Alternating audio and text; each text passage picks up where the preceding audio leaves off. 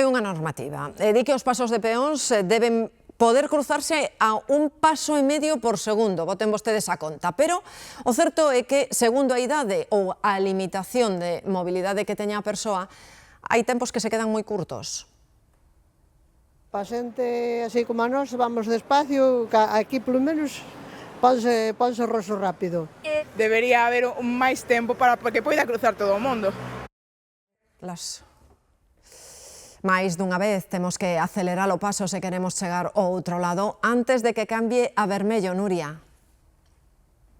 E iso precisamente, Marta, é o que teñen que afrontar todas as persoas que cruzan este paso de peóns de Santiago, que é un dos de ciclo semafórico máis curtos de toda a cidade. En teoría temos 14 segundos en verde para poder cruzalo. Nos fixémolo nalgo menos, nun par deles menos. Tempo suficiente, por tanto, para poder cruzar con seguridade, pero a cousa complícase en horas punta, cando hai moita xente agardando, cando chove ou tamén para esas persoas con mobilidade reducida ou persoas maiores. Neses casos, case seguro, toca correr.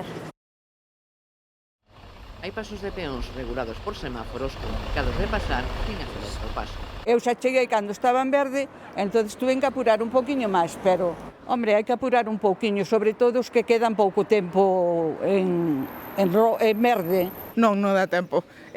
Tarda moitísimo ademais en volver a poñerse en verde.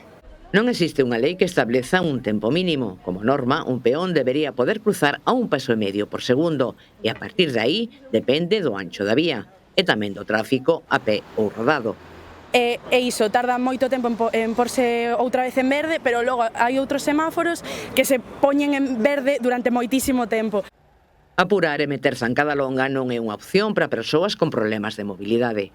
Porque a xente maior non temos a agilidade que teñen os xóvenes. Eu que estuve en muletas fai pouco, é imposible cruzar se non camiñas rápido. Cando eu cumprindo anos costa pasar os semáforos. Vas sempre ás presas e ao final, pois, a nós que somos xente xoven, pois xa é distinto, pero Sexa longa ou non a espera, o que importa é respetar as normas polo ben de todos e cruzar por donde é debido.